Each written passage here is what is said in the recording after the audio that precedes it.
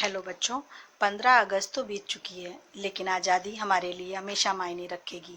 और आज़ाद होने के लिए पीछे जिन क्रांतिकारी शूरवीरों और अमर शहीदों ने अपना त्याग दिया शरीर, उनको हम हमेशा याद करते रहेंगे।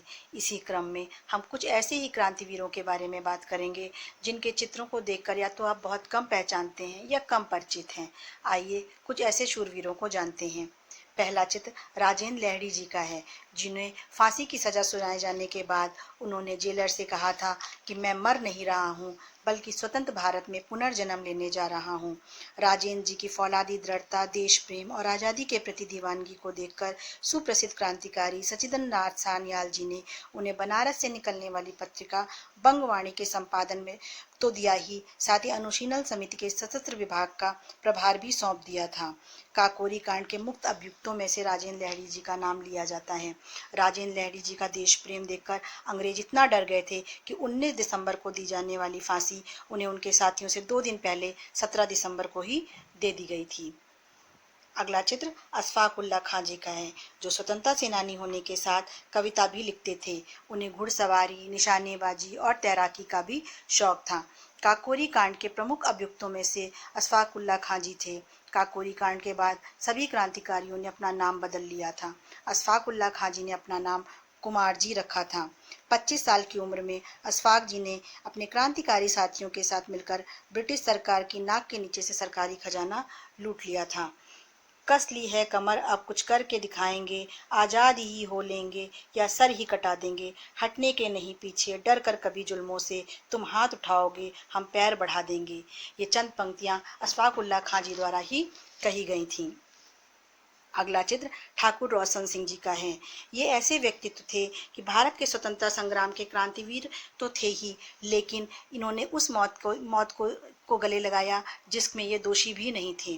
काकोरी डकैती में शामिल न होने के बावजूद भी इनको फांसी की सजा सुनाई गई। ठाकुर रोशन सिंह अपनी ही उम्र के एक केशव चक्रवर्ती जी से बहुत मिलते थे। शक्ल का आपस में मिलना अंग्रेजों को धोखा का कारण बना और केशव चक्रवर्ती जी की जगह पर उन्होंने ठाकुर रोशन सिंह जी को फांसी की सजा सुना दी।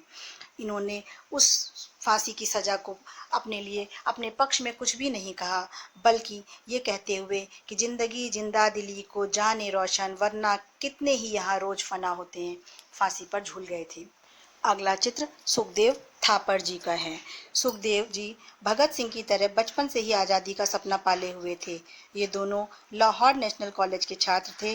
दोनों एक ही वर्ष पंजाब में पैदा हुए और एक ही साथ शहीद हुए थे। सुखदेव जी के मन में देशभक्ति की भावना कूट कूट कर भरी हुई थी। वह लाहौर के नेशनल कॉलेज में युवाओं में देशभक्ति की भावना भरते और इन्हें स्वतंत्रता आंदोलन के में कूद पड़ने के लिए प्रेरित करते थे। एक कुशल नेता के रूप में वह कॉलेज में पढ़ने वाले छात्रों को भारत के गौरवशाली अतीत के बारे में भी बताया करते थे। शहादत के समय सुखदेव जी की उम्र मात्र 24 साल की थी। इनको भी भगत सिंह और राजगुरु के साथ ही मौत की सजा सुनाई गई थी। अगला चित्र जतिन नाथ दास जी का है, जिन्होंने मात्र 16 वर्ष की उम्र में ही देश की आज़ादी के आंदोलन में कूद गए थे। गांधी जी के असहयोग आंदोलन में उन्होंने बढ़ चढ़कर हिस्सा लिया था। स्वतंत्रता से पहले अनशन से शहीद होने वाले एकमात्र व्यक्ति जतिन नाथ दास जी थे। इन्होंने भारतीय कैदियों के लिए अंग्रेजी कैदियों की तरह ही समानता की मांग की थी, क्योंकि भारतीय कैदियों के वस्त्र कई कई दिन तक नहीं धुले जाते थे। रसोई क्षेत्र और भोजन चूहे और तिलचट्टियों से भरा रहता था। कोई पठनी सामग्री, अखबार या कोई कागज आदि प्रदान नहीं किया जाता था, जबकि अंग्रेजी कैदियों के हालात बिल्कुल विपरीत थे। इन्होंने इसी के लिए आमरण अनशन किया और इनकी भूख हड़ताल 63 दिनों तक चली, जो कि अटूट रही। इनके अंतिम संस्कार के समय में कोलकाता में 2 मील लंबा जुलूस निकाला गया था और देश के सबसे बड़े अनशन सत्याग्रहियों में से एक थे शहीद जतिन दास जी। बच्चों, आपने देखा हमारे क्रांतिकारी शूरवीरों ने हमें आज़ादी दिलाने के लिए कितने कितने कष्ट सहे, कितनी कितनी यातनाएं सही, तब जाकर आज हम आज़ाद हुए हैं। हमें इस आज़ादी को बनाए रखना है। जय हिंद, जय भारत।